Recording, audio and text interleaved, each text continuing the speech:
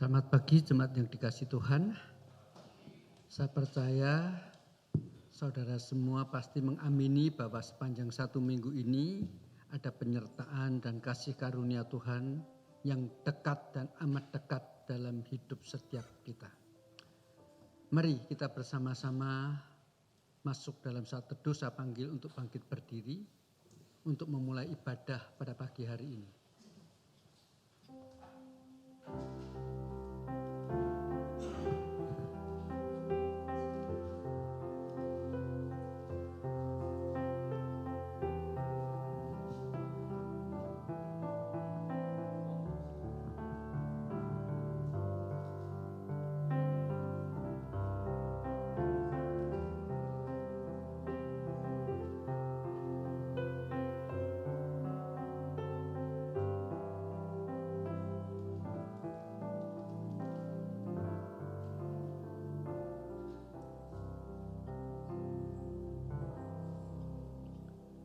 Pertolongan kita adalah dalam nama Tuhan yang menjadikan langit dan bumi, yang setianya sampai selama-lamanya dan tidak meninggalkan pekerjaan tangannya.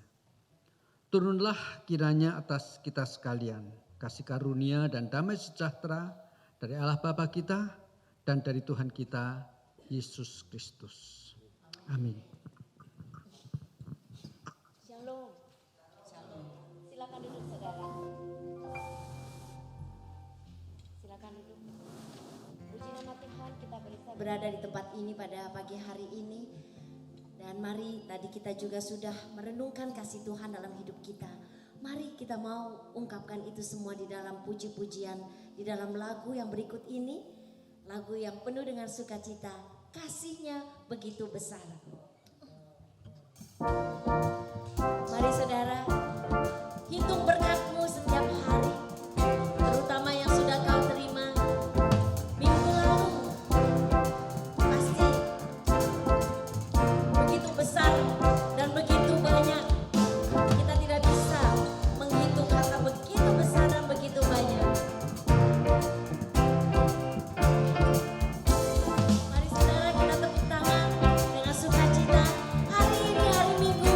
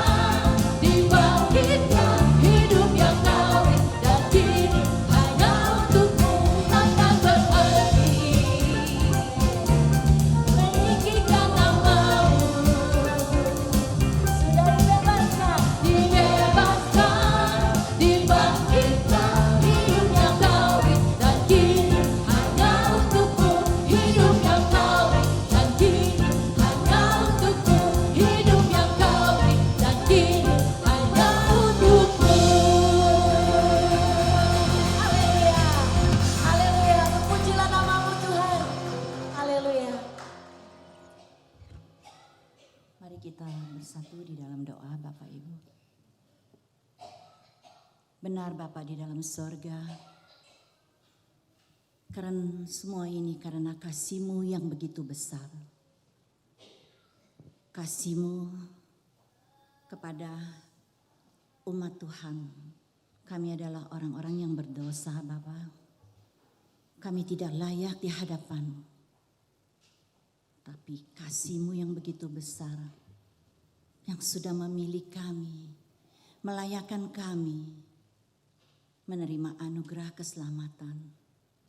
Dengan iman percaya, Yesus Kristus satu-satunya Tuhan dan Juru Selamat kami.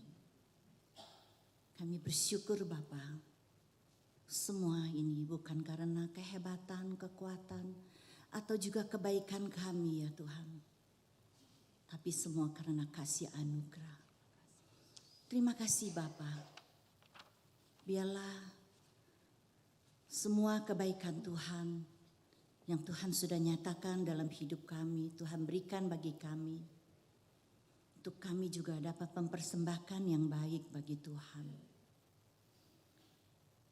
Bapa, kami percaya hidup kami di dunia ini Tuhan banyak tantangan, banyak pergumulan, baik ujian, kesedihan, kedukaan, ataupun sukacita ya Tuhan.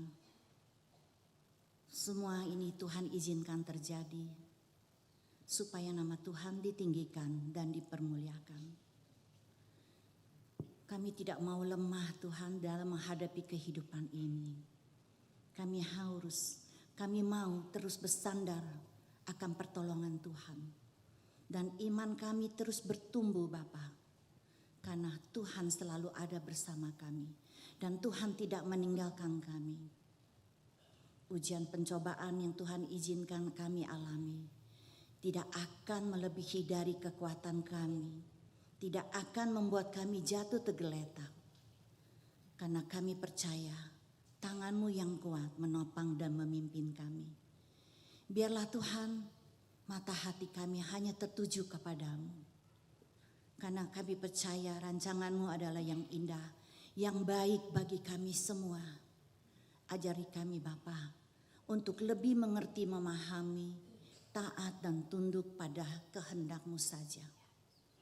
Terima kasih kalau pagi yang indah ini kami juga dapat kembali beribadah, bersekutu kepada Tuhan.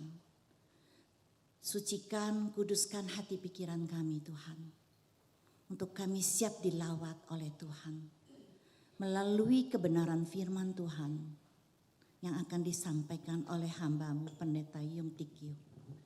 Kami percaya Tuhan, melalui firman-Mu, seperti pedang yang bermata tajam dua Tuhan, yang sanggup menegur kami, yang sanggup mengingatkan kami, dan juga sanggup memulihkan kami, dan mengingatkan kami menjadi alat-Mu, menjadi kesukaan Tuhan.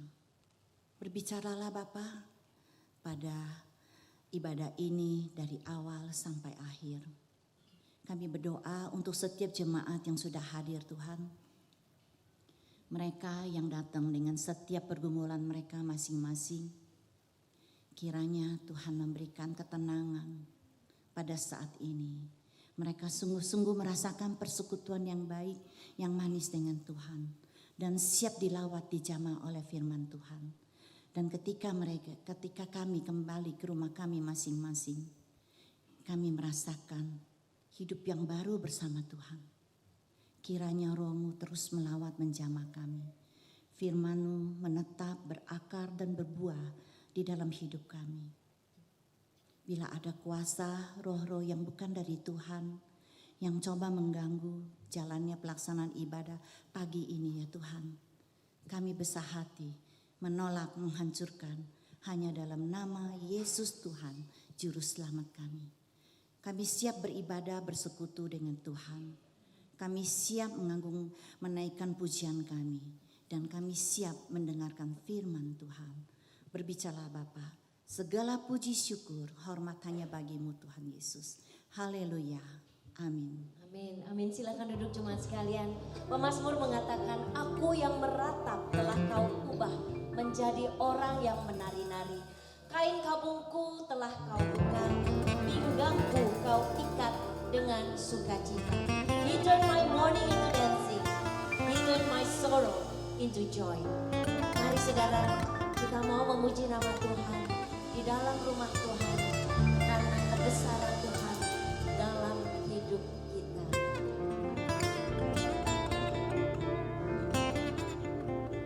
Mari pada saat kita menyanyikan lagu ini kita mengingat kasih Tuhan.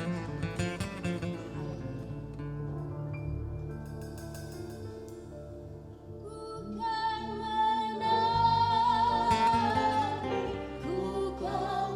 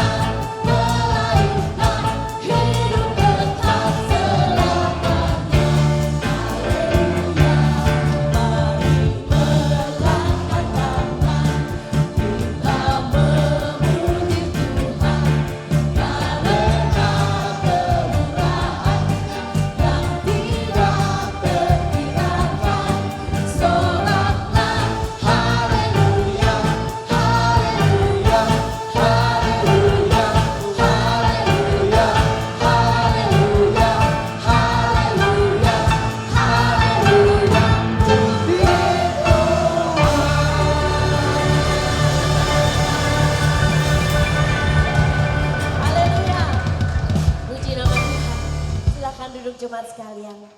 Saudara mengalami sukacita pada pagi hari ini? Sukacita? Amin. Dan kita akan lebih lagi bersukacita bersama dengan adik-adik dari Petra Kids. Saya mengajak adik-adik untuk maju. Silakan adik-adik. Dan kita juga mau tetap memuji Tuhan. Kita mengiringi adik-adik dengan kita menyanyikan lagu Nyanyi Bagi Dia. Sekali lagi, lagunya tentang menari dan memuji nama Tuhan karena kebesaran nama Tuhan. Mari kita nyanyikan dengan sukacita. Adik-adik naik dengan tertib, memuji bersama-sama.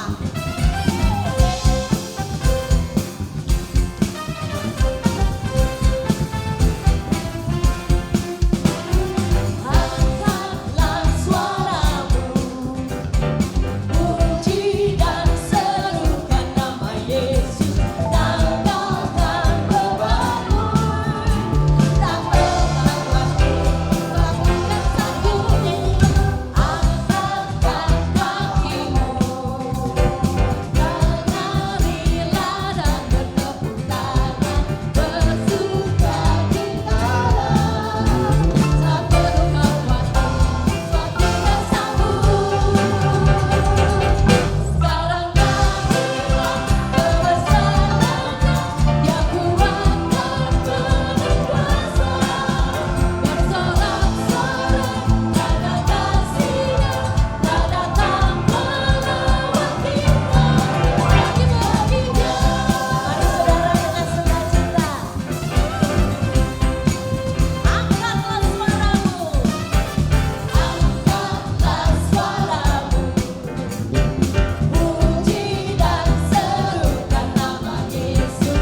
Angkatkan bebanmu, tak pernah waktu sebab Dia sanggup. Gerakkan kakimu, menarilah bertepuk tangan, bersukacitalah. Tak perlu waktu sebab Dia sanggup. Sekarang marilah kebesaran sukacita, kuat dan penuh kuasa. Bersorak-sorai karena kasih-Nya, tak datang melawan kita. Bagi-bagi Dia, bagi-bagi Dia, bagi-bagi Dia.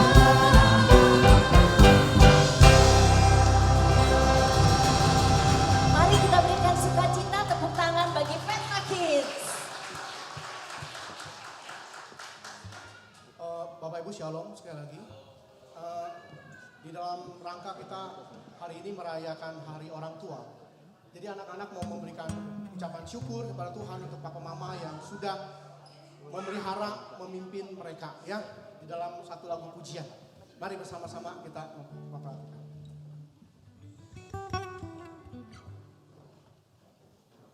Satu lagi pengumuman Bapak Ibu.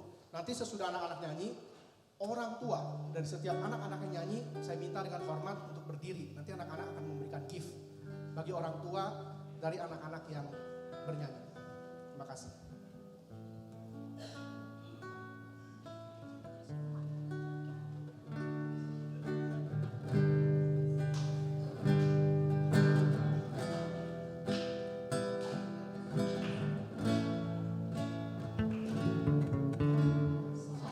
Tangan kecilmu mulai terbuka, dan mata ini memandang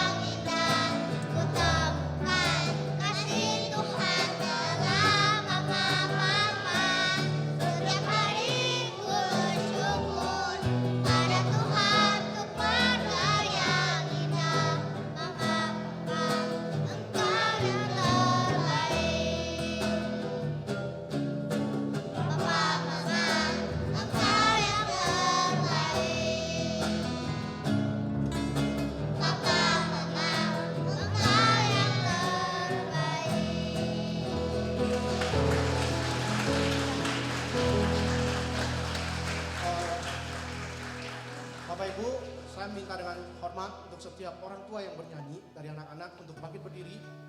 Anak-anak akan memberikan gift untuk para orang tua.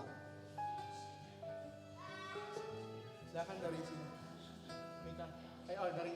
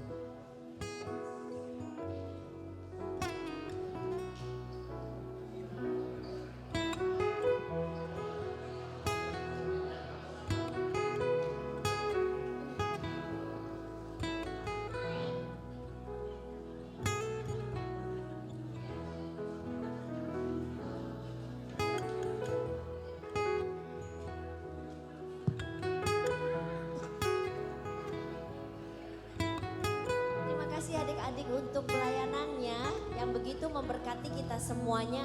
Kita berikan sekali lagi tepuk tangan untuk adik-adik. Puji nama Tuhan. Kiranya adik-adik terus melayani Tuhan sampai Tuhan Yesus datang. Ya, setia untuk melayani Tuhan sampai Tuhan Yesus datang. Seperti yang kalian lakukan hari ini.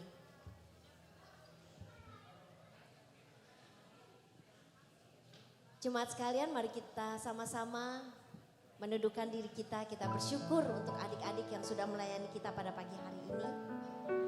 Tadi adik-adik menyanyikan, terima kasih Tuhan untuk kasih setiamu memberikan papa mama yang terbaik. Papa mama yang terbaik diberikan kepada adik-adik tadi. Tapi kita juga hari ini tahu bahwa ada Bapa yang begitu baik buat saudara dan saya. Tuhan Yesus mati buat saudara dan saya. 8 Juni yang lalu saya berdoa bersama dengan rekan saya VI untuk seorang ibu yang sangat dikasihi Tuhan di dalam ICU. Begitu banyak kabel yang menempel di tubuhnya. Nah, waktu kami berdoa bersama, dia dalam keadaan mungkin sadar atau tidak menitikan air mata dan memangkukkan kepala. Begitu kami mengatakan bahwa Tuhan Yesus baik, Tuhan sanggup menolong, Tuhan mengasihi engkau. 21 Juli kemarin, 43 hari kemudian, kami bersama-sama bertemu di bandara. Dia bisa pulang dan dia mengatakan ingin makan es krim. Kebesaran Tuhan, 43 hari kemudian, Tuhan sudah menyatakan kasih-Nya kepada keluarga ini dan membuat dia bisa kembali ke tengah keluarga. Sewaktu hidupku tenang dan aman, ataupun susah menimpa, ku dimanapun Tuhan menuntun, jiwaku tenanglah.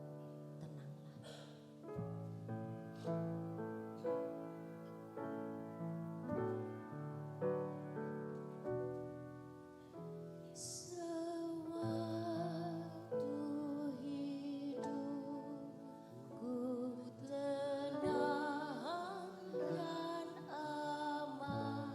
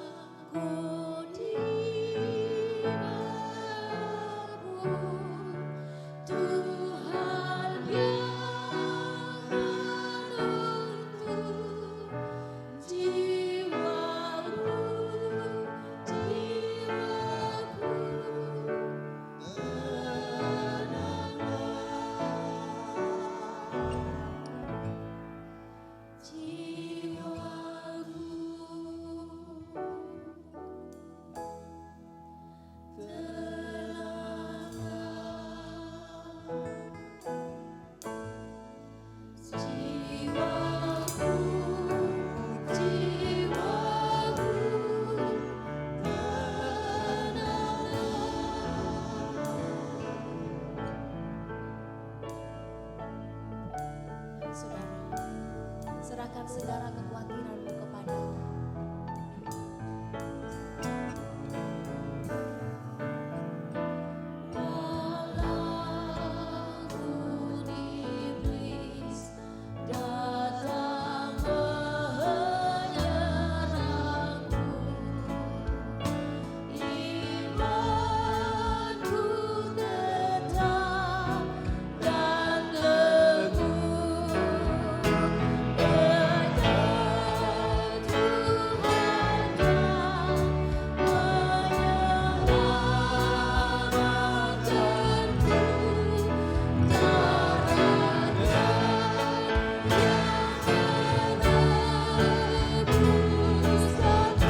Mari saudara kita berdiri, kita sambut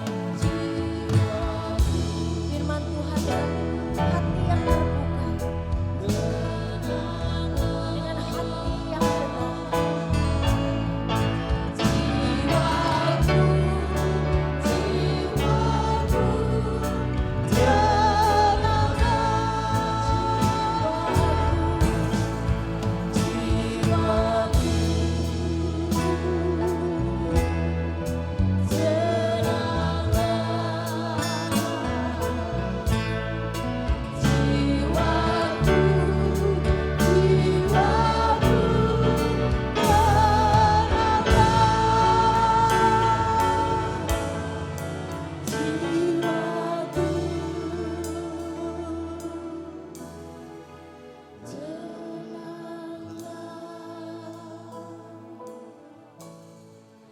Jiwaku,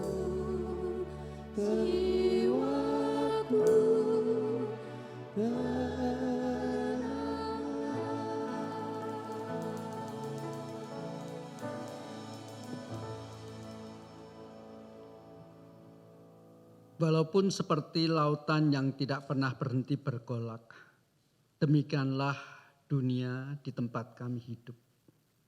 Tetapi kami percaya ya Tuhan, di dalam Engkau ada ketenangan. Di dalam Engkau bahkan ada damai sejahtera yang melampaui akal. Oleh sebab itu Tuhan, sekali lagi kami berdoa biarlah khususnya melalui firman Tuhan yang akan kami renungkan pada pagi hari ini, apapun yang terjadi, iman kami tidak menjadi goyah. Apapun yang terjadi, bahkan tidak merebut sukacita dari dalam hidup kami.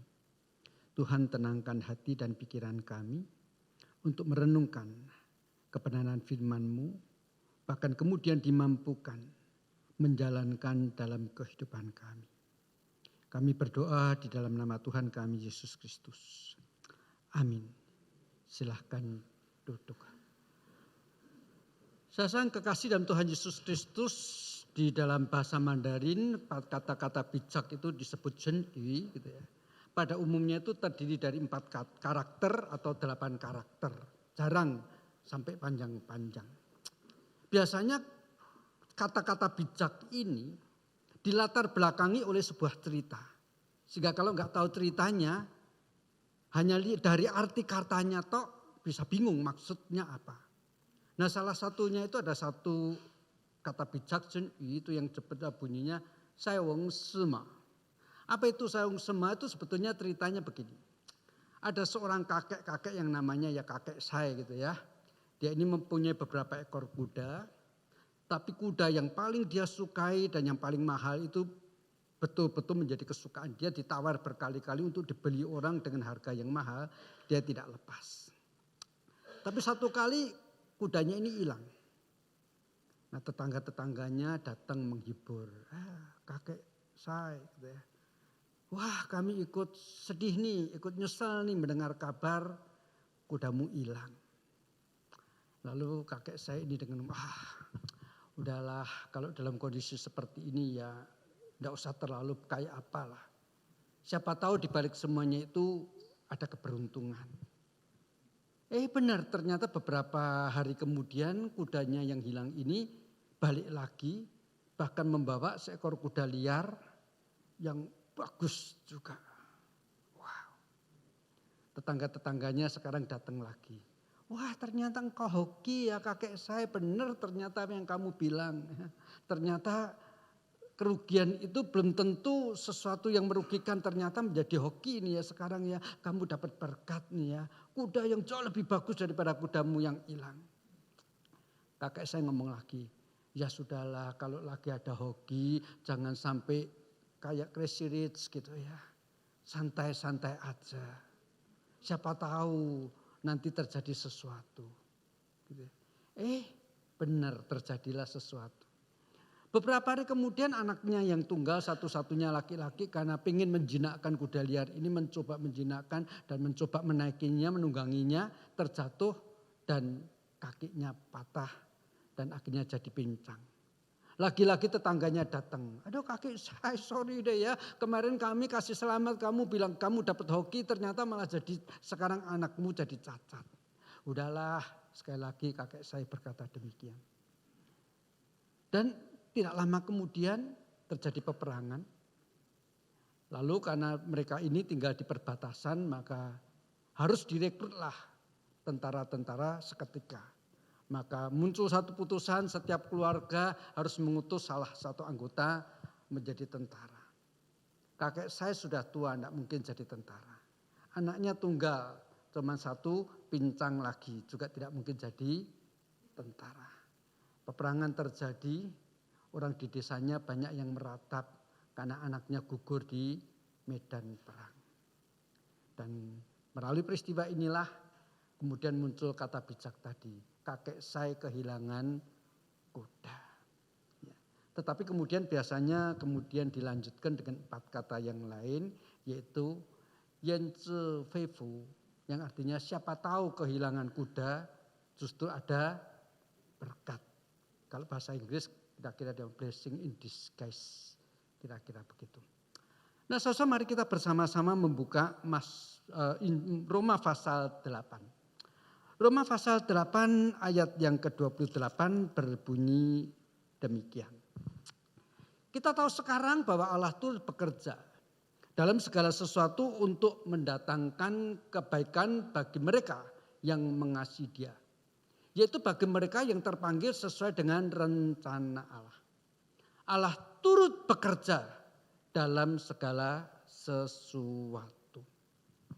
Kalau tadi kita bicara soal kata-kata bijak daripada orang Tionghoa ini, hanya berbicara tentang seolah-olah malam terus disusul dengan pagi ada malam lagi, hoki dan malang itu silih berganti, air mata dan sukacita silih berganti tanpa berbicara adanya aktor intelektual atau adanya sutradara di belakang itu.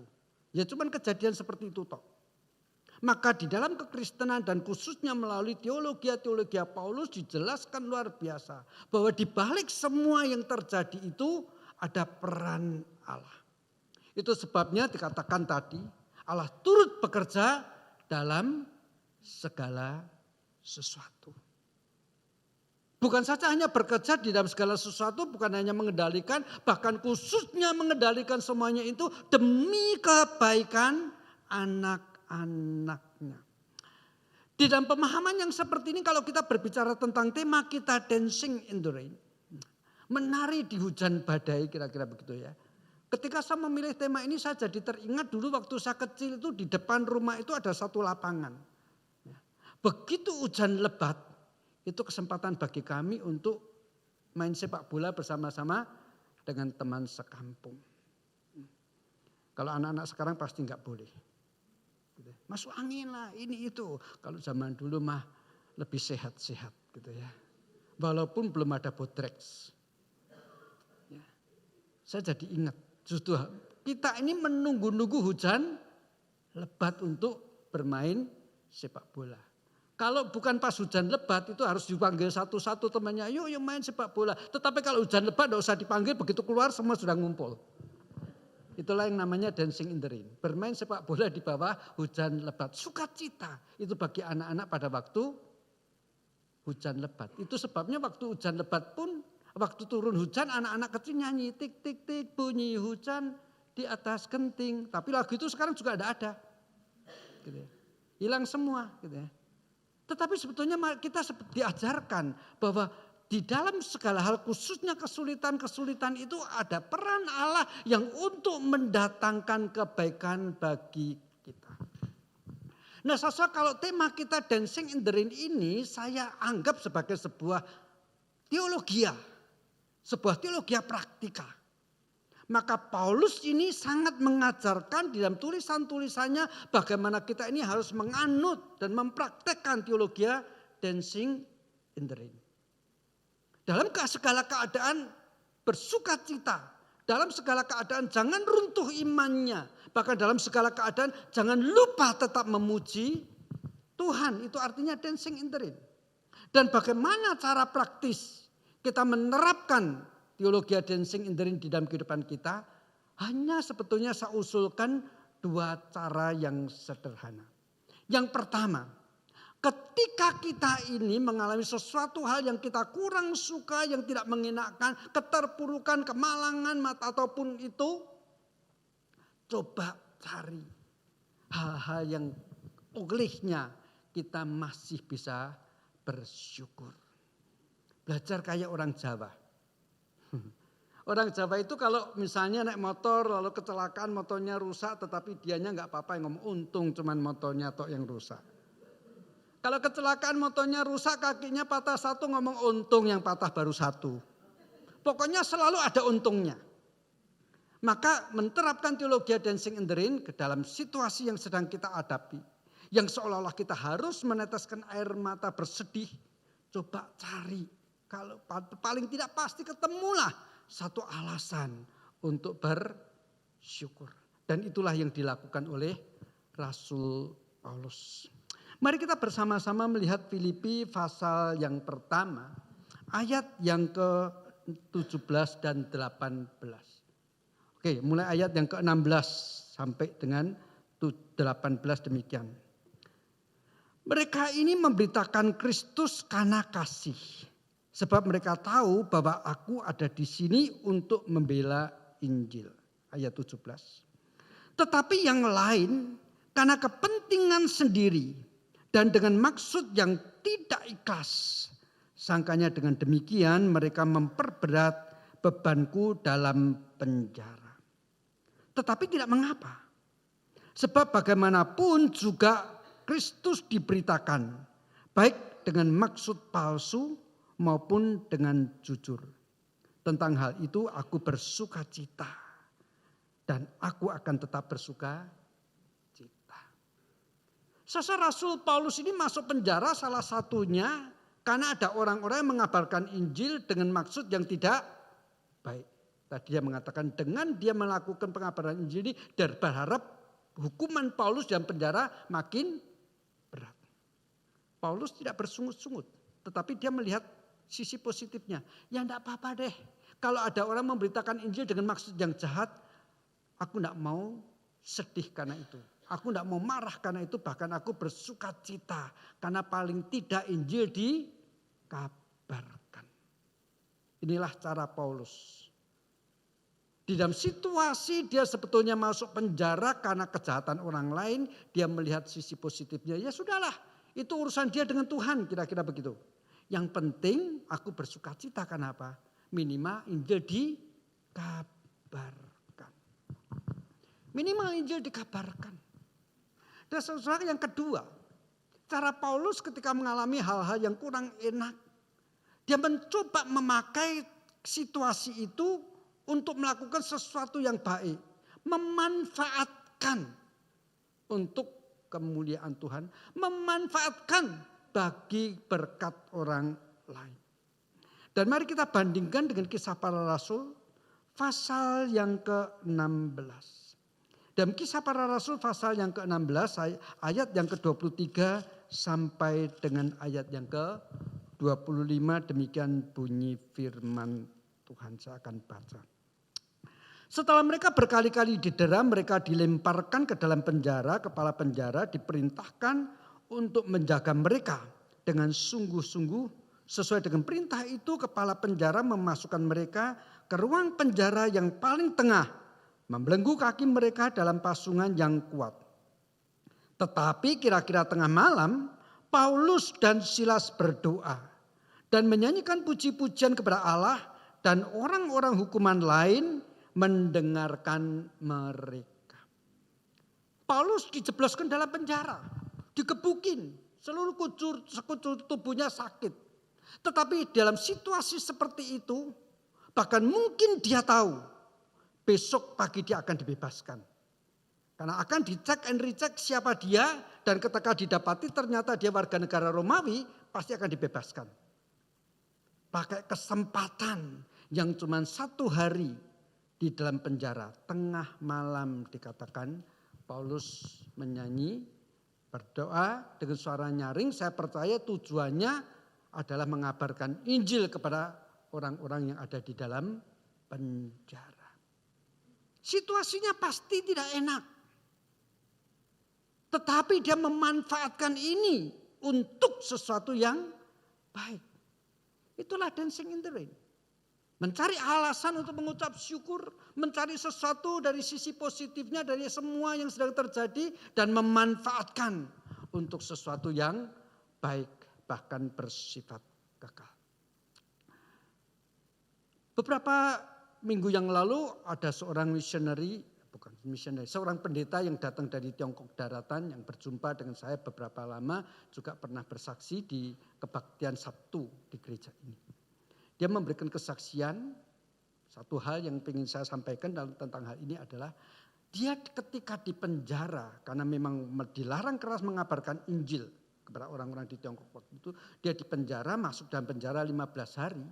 Di dalam penjara dia mengabarkan Injil. Dan 12 orang yang kepadanya dia mengabarkan Injil semua jadi percaya. 2-3 hari sebelum dia bebas, karena hanya boleh ditahan 15 hari, ini semua yang diinjilinya sudah jadi Kristen ini sudah dibebaskan dari penjara. Datang lagi kelompok narapidana yang baru. Belum sempat diinjilin semuanya. Ketika dia dibebaskan dia ngomong, loh di dalam penjara aku melanggar hukum lagi loh.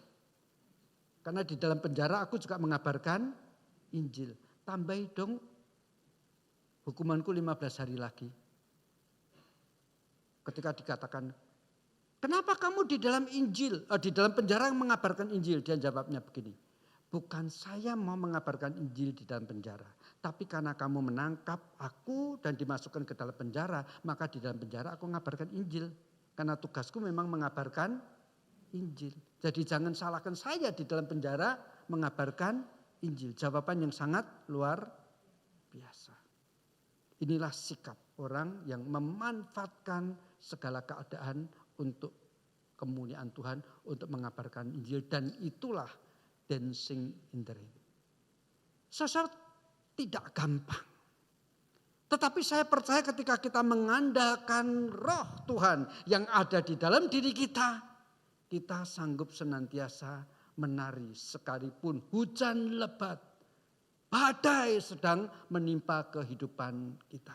Itu sebabnya kita tadi menyanyi, kalau roh Allah ada dalamku, aku akan menari. Mengandalkan diri kita itu tidak mungkin. Nah, saudara, Paulus di dalam penjara itu, kalau kita perhatikan itu sebagian besar dari tulisan-tulisan Paulus yang bagus sekali, yang penuh dengan sukacita, justru ditulis pada waktu ia ada di dalam penjara. Sebagian besar tulisan-tulisan Paulus yang sekarang ini menjadi dasar pengajaran gereja sampai hari ini, justru adalah yang ditulis di dalam penjara. Ya. Salah satunya adalah surat Filipi. Surat Filipi adalah surat yang penuh dengan sukacita. Itu sebabnya di tengah-tengah biasanya oleh para penafsir-penafsir Alkitab, itu surat epistle disebut the queen of epistle. Ratu yang paling cantik daripada semua surat-surat yang lain. Itu ditulis di dalam penjara. Ketika dia karena maksud jahat orang tadi, ya, dia harus masuk penjara. Di situ dia penuh dengan ucapan syukur dan sukacita. Dancing in the rain. Dan sukacita dalam hal apa? Yang pertama, bersukacita di dalam doa. Filipi pasal pertama ayat yang keempat demikian bunyinya. Dan setiap kali aku berdoa untuk kamu semua, aku selalu berdoa dengan sukacita. Tidak bisa dipungkiri di dalam penjara dia tidak bisa sesibuk seperti ketika dia bebas. Dari satu tempat dia harus pergi ke tempat lain mengabarkan Injil. Sekarang di penjara mau ngapain lagi? Kecuali menulis surat dan berdoa dalam waktu yang relatif bisa lebih panjang. Dan dia berkata, aku bersukacita di dalam doa. Waktu dia mengatakan demikian bukan sedang di tengah-tengah pesta. Justru sedang di dalam penjara. Ketika semuanya serba tidak enak. Ketika semuanya serba tidak bebas. Di situ dia berkata, aku bersukacita di dalam doa. Yang kedua, sukacita di dalam Injil. Ayatnya yang mana yang tadi sudah saya baca. Ya kan? Silakan ada orang lain mengabarkan Injil dengan maksud berjahat. Sangkanya dengan hal ini membuat hukumanku makin berat. Tapi tidak jadi soal. Aku bersukacita. Kenapa? Karena Injil dikabarkan. Walaupun akibatnya aku masuk penjara tidak apa-apa. Aku bersukacita. Itu sukacita di dalam pekabaran Injil. Itu sukacita Paulus yang diungkapkan di dalam surat Filipi. Lalu sukacita di dalam iman.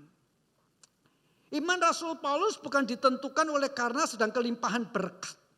Ketika kelimpahan berkat dia mengatakan Tuhan sungguh baik.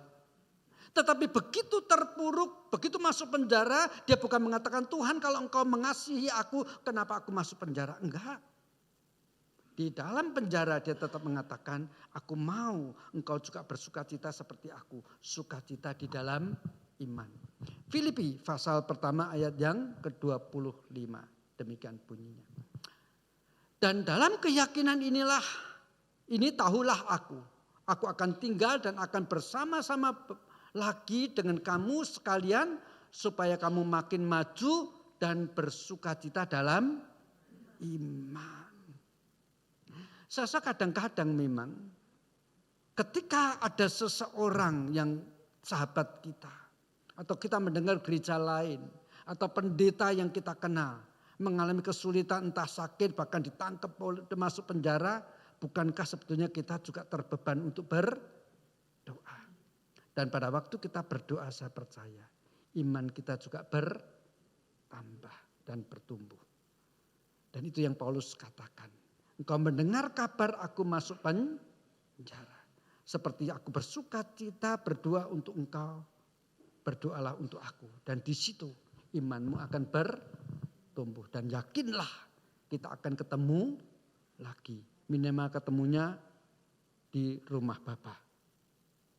Ya kan? Minimal begitu. Nah ini sukacita di dalam iman. Selanjutnya masih di surat Filipi. Paulus berkata, bersukacitalah di dalam persekutuan. Filipi pasal 2 ayat yang kedua. Karena itu sempurnakanlah sukacitaku dengan ini. Hendaklah kamu sehati sepikir dalam satu kasih, satu jiwa, satu tujuan. Bersukacita dalam persekutuan.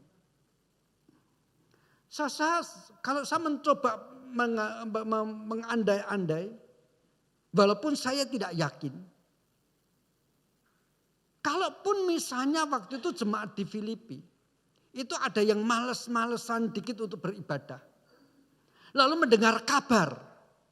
Oh Paulus dijebloskan dalam penjara. Karena mereka mengasihi Paulus.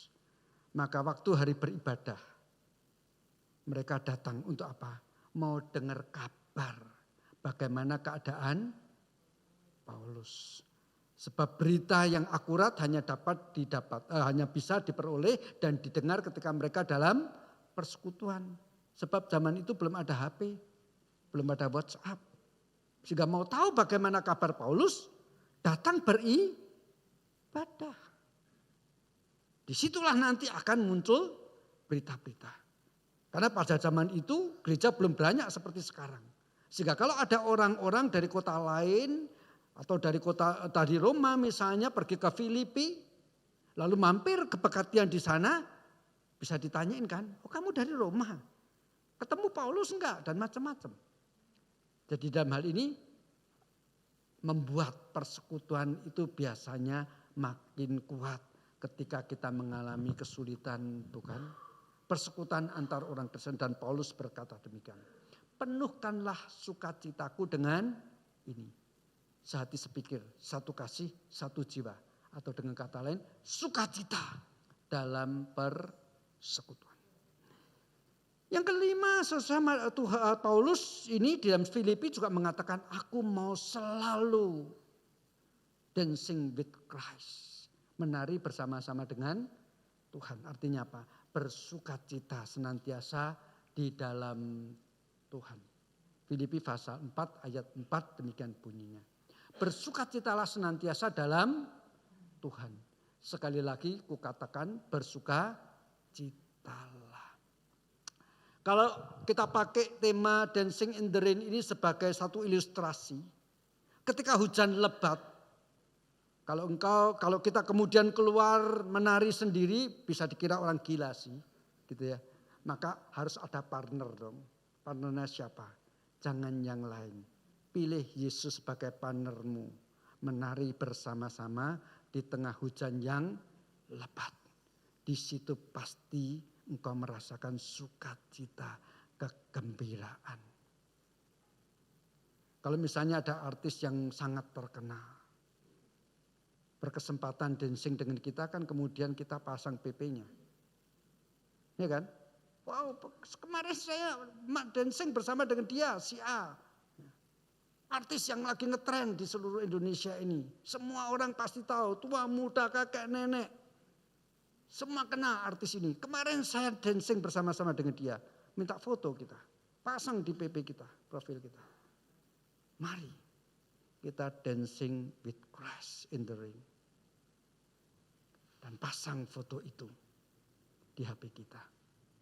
Supaya semua orang melihat sukacita kita, kebanggaan kita, bisa menari bersama-sama dengan dia. Itu sebabnya Paulus berkata, bersukacitalah dan bersukacitalah di dalam Tuhan. Kenapa? Karena di dalam Tuhan semuanya jadi beres. Itu yang tadi dikatakan, kita tahu sekarang bahwa Allah turut bekerja dalam segala sesuatu untuk mendatangkan kebaikan. Karena di dalam Tuhan semuanya jadi beres, tidak ada alasan untuk tidak bersukacita. Itu sebabnya di dalam Filipi pasal 4 ayat yang ke-13.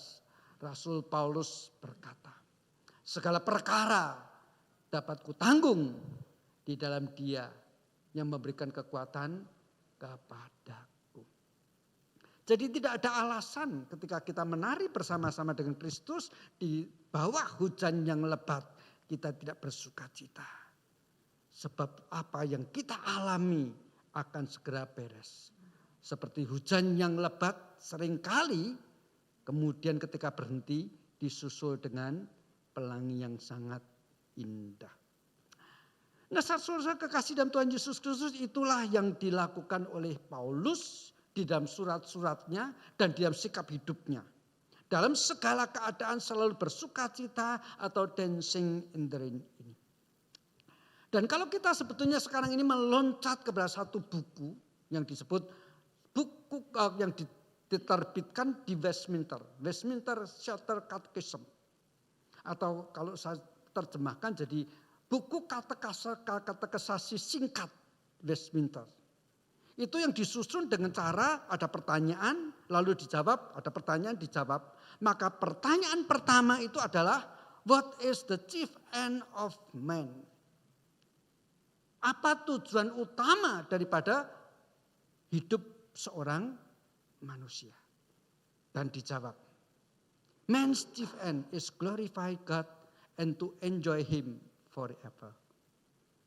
Tujuan utama dari manusia adalah untuk memuliakan Tuhan dan menikmati Tuhan selama-lamanya. Saya percaya apa yang ditulis di dalam katekisasi singkat Westminster ini adalah ringkasan daripada seluruh prinsip-prinsip Alkitab. baik perjanjian lama dan semakin nyata memang di dalam perjanjian baru dan khususnya tulisan Rasul Paulus. Saya mengambil contoh dulu perjanjian lama. Yusuf dijual oleh kakak-kakaknya. Baru mau sukses jebloskan dalam penjara. Tetapi dia tidak terpuruk dalam situasi seperti itu. Dalam situasi yang paling sulit dia memanfaatkan untuk melakukan sesuatu yang terbaik sebisa yang ia lakukan. Itu sebabnya dia akhirnya justru menjadi Perdana Menteri. Dan pada waktu ia menjadi Perdana Menteri dan semua saudara-saudaranya ketakutan. Dia ngomongnya apa? Sudahlah. Memang engkau mereka-reka hal yang jahat. Tetapi Allah telah mengubahnya untuk kebaikan ini. Ini kan kalimat Yusuf. Kalau pakai bahasa Roma tadi, Roma pasal 8 ayat 28. Melalui kemaksud jahat saudara-saudara yang menjual dia. Justru sekarang Yusuf menjadi Perdana Menteri, bahkan memelihara seluruh keluarganya ketika terjadi kelaparan besar. Engkau mereka-reka yang jahat. Allah mengubahnya untuk mendatangkan kebaikan. Nah, di dalam pemahaman yang seperti ini bahwa tujuan manusia itu adalah untuk memuliakan Allah dan menikmati Allah seumur hidupnya, bahkan selama-lamanya. Maka kalau kita memakai surat yang lain, bukan lagi surat Filipi, tetapi Efesus. Mari kita lihat apa yang dikatakan Paulus ketika ia di dalam penjara. Dia di dalam penjara juga bukan cuma nulis Filipi, juga menulis surat Efesus, Timotius, Titus, dan macam-macam yang lain. Tetapi sekarang kita melihat yang di Efesus pasal pertama ayat 3 sampai dengan ayat yang ke-8. Demikian bunyi firman Tuhan dalam Efesus pasal yang pertama ayat yang ketiga sampai dengan ayat yang ke-8. Terpujilah Allah dan Bapa Tuhan kita Yesus Kristus, yang dalam Kristus telah mengaruniakan kepada kita segala berkat rohani di dalam surga. Sebab di dalam Dia Allah telah memilih kita sebelum dunia dijadikan supaya kita kudus dan tak bercacat di hadapannya. Dalam kasih Ia telah menentukan kita dari semula oleh Yesus Kristus untuk menjadi anaknya sesuai dengan kerelaan kehendak-Nya, supaya terpujilah kasih karunia-Nya yang mulia yang dikaruniakannya kepada kita di dalam Dia yang dikasihinya. Sebab di dalam Dia dan oleh darah-Nya kita beroleh penebusan, yaitu pengampunan dosa menurut kekayaan kasih karunia-Nya. Terpujilah Allah. Tujuan manusia yang utama adalah memuliakan Allah. Begitu dia menulis surat di dalam penjara, kalimat pertama yang muncul terpujilah Allah. Termuliakanlah Allah. Dimuliakanlah Allah. Dan bahkan kemudian dia mengatakan supaya kita ini hidup kudus. Di dalam penjara, Rasul Paulus itu kayak anak muda yang lagi mabuk cinta. Tapi mabuk cinta itu istilah kita. Anak-anak usia 50-60an. Kalau anak-anak remaja sekarang bucin istilahnya. Tadinya saya tidak ngerti apa itu bucin. Ternyata budak cinta. Lebih gila daripada kita. Ya. Kalau mabuk masih kadang-kadang sebentar bisa sadar. Kalau mabuk asal udah muntah sadar. Kalau udah jadi budak cinta cilaka. Disuruh apa-apa mau. Tidak pakai nalar lagi. Itu istilah yang sebetulnya bagi saya berbahaya sekali. Gara-gara cinta apapun dilakukan. Tetapi itulah istilah anak muda. Nah, Paulus di dalam penjara juga jadi budak cinta. Tulisan-tulisan yang paling indah justru ada di dalam penjara. Dan di dalam penjara ini dia menikmati Tuhan. Kira-kira gitu ya. Apa saja yang dia lakukan, dia selalu berpikir tentang Tuhan. Kapan lagi dia berdoa bisa lebih banyak dibandingkan waktu-waktu yang lain. Itu sebabnya di dalam surat Efesus di mana dia mengatakan terpujilah Allah yang mengasihi aku bla bla bla. Aku mau hidup memuliakan Tuhan, menikmati Tuhan. Di dalam Efesus inilah pasal yang ketiga. Muncul satu ayat yang luar biasa. Yaitu ayat 18 dan 19. Demikian bunyinya, saya akan baca.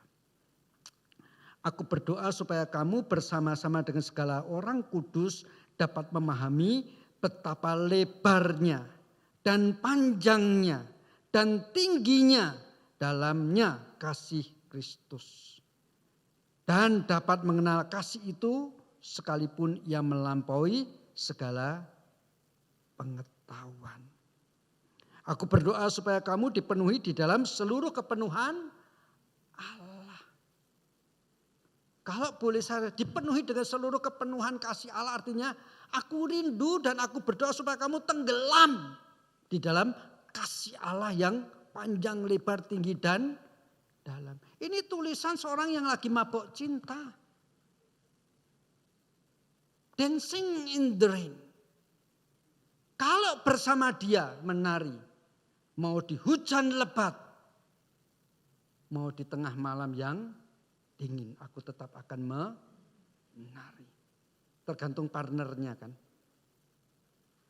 Siapa yang ngajak kita menari bersama, itu membuat kita lupa segala keadaan yang lain.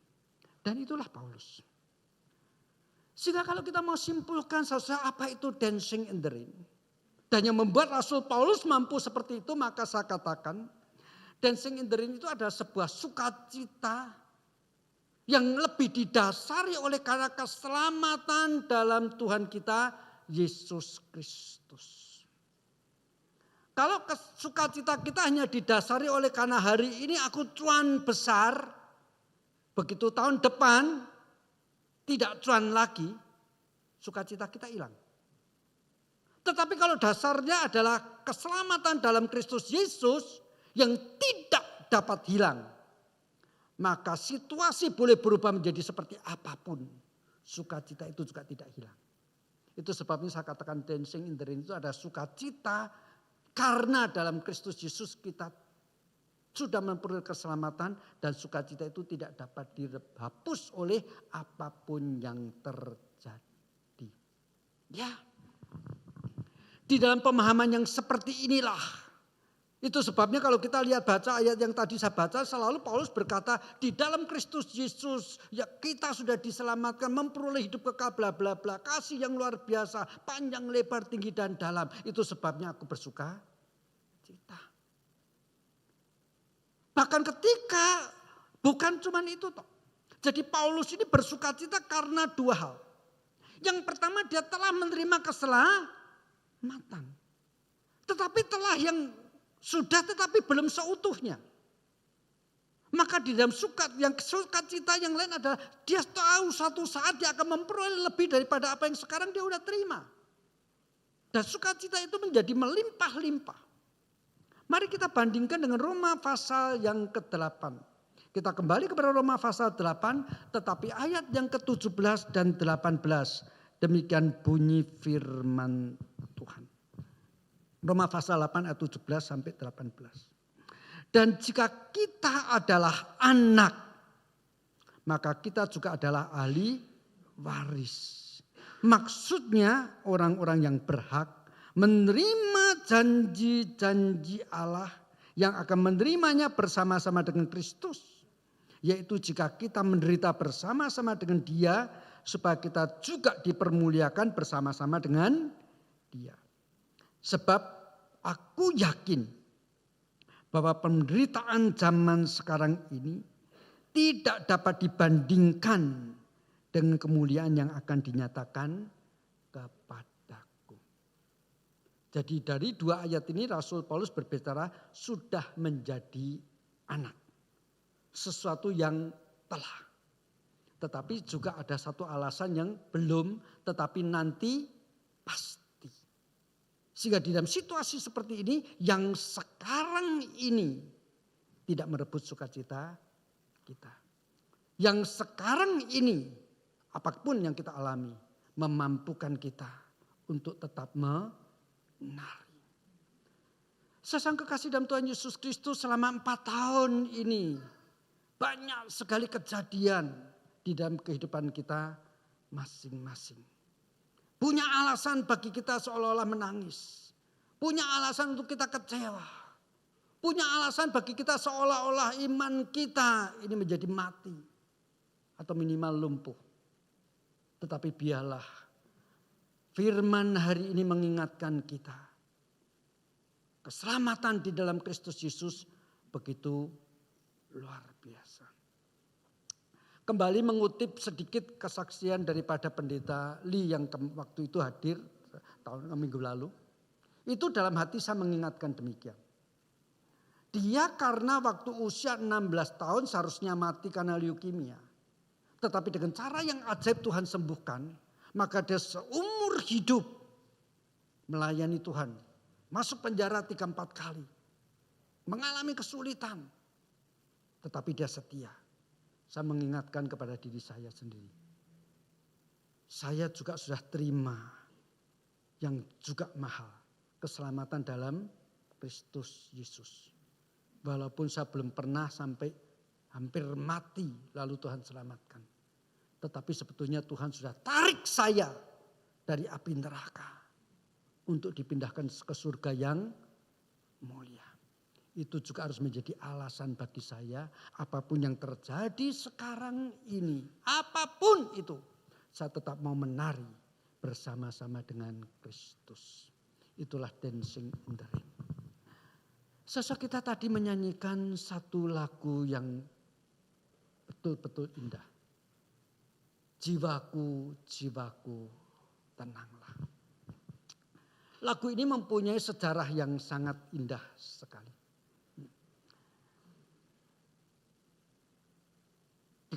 Syairnya ditulis oleh Horatio Spafford. Horatio Spafford ini seorang yang tinggal di kota Chicago. Seorang pebisnis yang cukup sukses. Dia mempunyai 5 orang anak, 4 anak putri, 1 anak laki-laki. Dia baru saja menginvestasikan hampir hasil seluruh jelilalah yang dia dapatkan selama dia berbisnis untuk real estate di pinggiran Michigan. Sebagian besar daripada uang yang dia punya. Tetapi apa yang terjadi tahun 1870, anak satu-satunya yang laki-laki meninggal karena demam. Dia kecewa sekali. Lagi pingin mengembangkan usahanya, anak laki-laki satu-satunya meninggal. Tetapi kisah tidak berhenti sampai di sana. Pada tahun 1871 di Chicago terjadi kebakaran besar yang luar biasa. Dan peristiwa kebakaran kota Chicago ini menghasilkan banyak cerita. Salah satu cerita yang saya ingat, kecuali yang ini sekarang sharingkan, saya keluar sedikit. Itu waktu itu di El Moody, pengkhotbah sangat besar. Itu sedang berkhotbah. Dan dia berkata demikian. Hari ini siapa yang mendengar firman Tuhan, jangan keraskan hatimu. Saya kasih kesempatan kepadamu 1 minggu lagi balik sini, ambil keputusan terima Yesus. Itu khotbahnya di El Moody waktu itu. Tetapi apa yang terjadi? Hari itu juga terjadi kebakaran besar. Banyak jemaat yang meninggal. Sejak saat itu di El Moody kalau khotbah ngomongnya gini, hari ini juga ambil keputusan. Karena di El Moody kasih kesempatan 1 minggu untuk bertobat, Tuhan tidak memberi. Itu salah satu kisah. Tetapi kebakaran besar ini membuat bisnis daripada Horatio ludes. Karena dia bergerak di bidang real estate.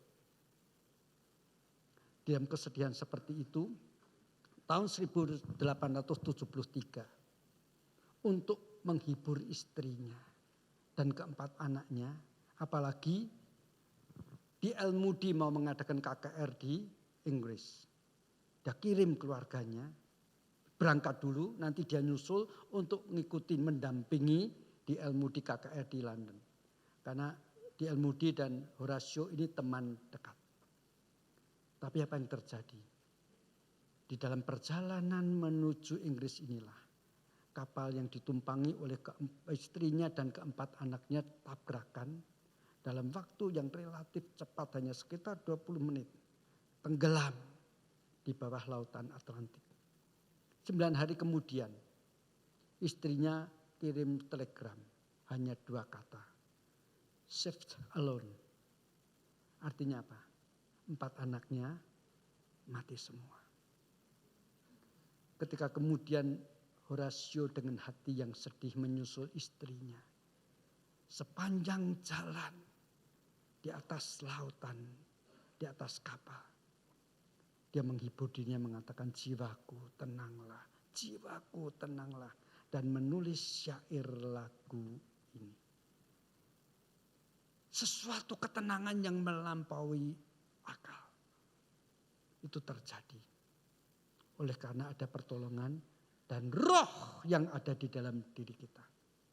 Dan melalui peristiwa ini justru akhirnya Horatio Spafford meninggalkan bisnisnya, mempersembahkan diri menjadi hamba Tuhan. Dan karena waktu itu dia punya konsep Tuhan Yesus akan segera datang, lalu dia berpindah melayani ke Yerusalem. Karena dia percaya nanti waktu Yesus datang kedua kali, datangnya di Yerusalem. Itu sebabnya kalau perhatikan di dalam bait yang keempat ini kita tidak nyanyikan, itu sebetulnya dikatakan nanti ketika harimu datang. Saudara mari, dalam segala keadaan, boleh lupa khotbah saya, jangan lupa lagu ini dan katakan, jiwaku, jiwaku, tenanglah. Mari kita bersama-sama menyanyikan lagu ini.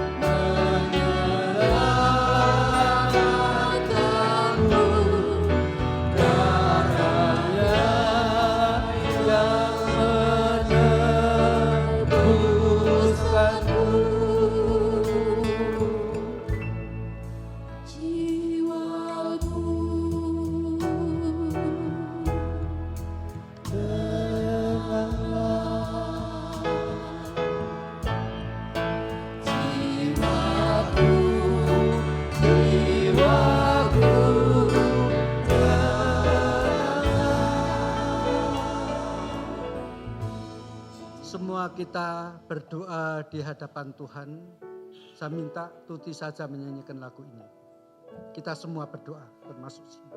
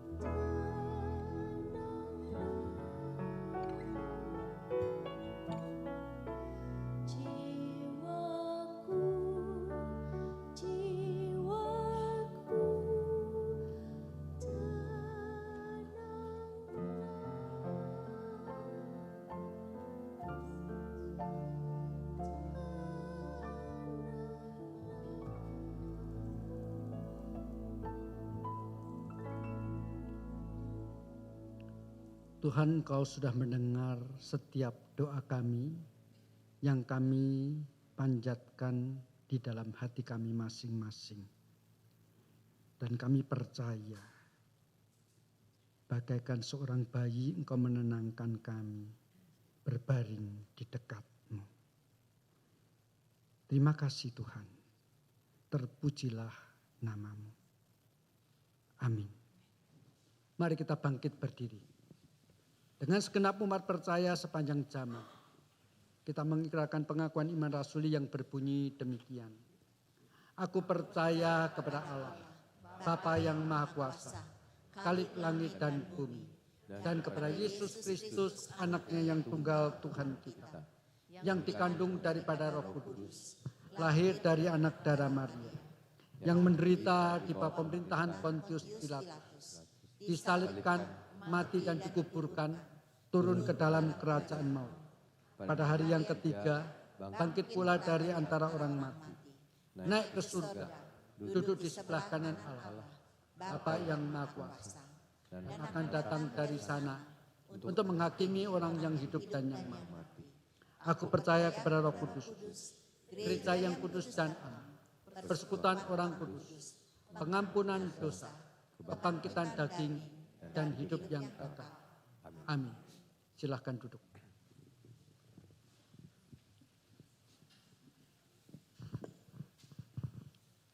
Mari kita bersama-sama berdoa sebelum kita mengumpulkan persembahan. Terpujilah nama-Mu ya Tuhan, terpujilah kasih karunia-Mu dalam setiap kami. Dan berterima kasih Tuhan untuk semua yang boleh Engkau berikan kepada kami. Dan sekarang ini ya Tuhan, melengkapi sukacita kami mau memberikan dan mengumpulkan persembahan, kiranya Engkau terima boleh menjadi alat yang kami pakai untuk membesarkan kerajaan-Mu di tengah-tengah dunia ini. Kami berdoa di dalam nama Tuhan kami, Yesus Kristus. Amin.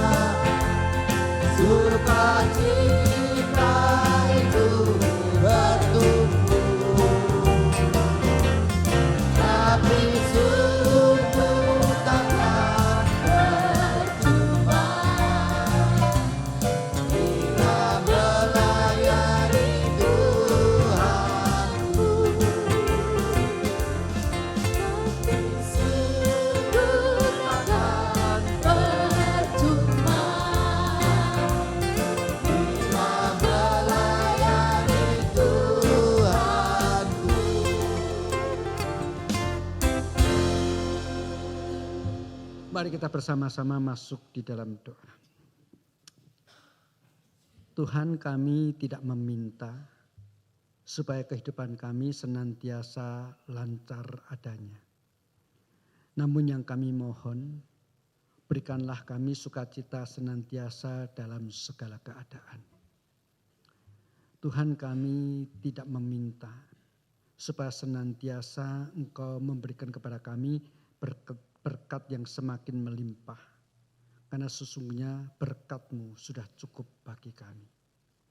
Tetapi yang kami minta adalah supaya dalam segala keadaan kami senantiasa memuji-muji dan memuliakan nama-Mu.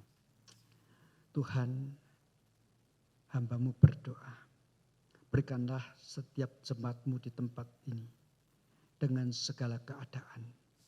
Oleh karena kuat kuasa Roh Kudus-Mu, percaya bahwa segala sesuatu dapat ditanggung di dalam Tuhan. Dan itu memampukan kepadanya bersukacita senantiasa. Ketika mereka hampir terpuruk, ketika mereka seolah-olah sudah tidak kuat lagi meneruskan jalan iman mereka, Tuhan ingatkan bahwa kasih Tuhan panjang, lebar, tinggi dan dalam, sehingga dimampukan untuk bersukacita kembali. Itu sebabnya kami berdoa, Bapa kami yang di surga, dikuduskanlah nama-Mu, datanglah kerajaan-Mu, jadilah kehendak-Mu di bumi seperti di surga. Berikanlah kami pada hari ini makanan kami yang secukupnya, dan ampunilah kami akan kesalahan kami, seperti kami juga mengampuni orang bersalah kepada kami. Dan janganlah membawa kami ke dalam pencobaan, tetapi lepaskanlah kami daripada yang jahat. Karena Engkau lah yang punya kerajaan dan kuasa dan kemuliaan sampai selama-lamanya. Amin. Mari kita bangkit berdiri. Bagi Bapa, Anak dan Roh, puji, hormat dan mulia, dulu sekarang tak berubah, hingga selama-lamanya.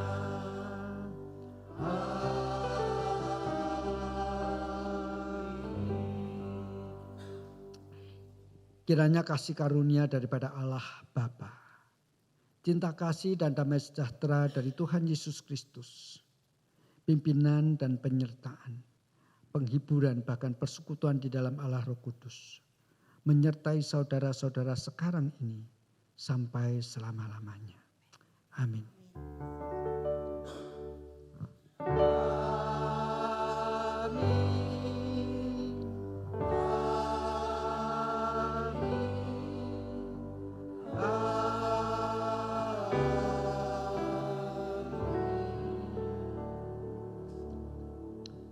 Silakan dulu, doa teduh, ibadah selesai.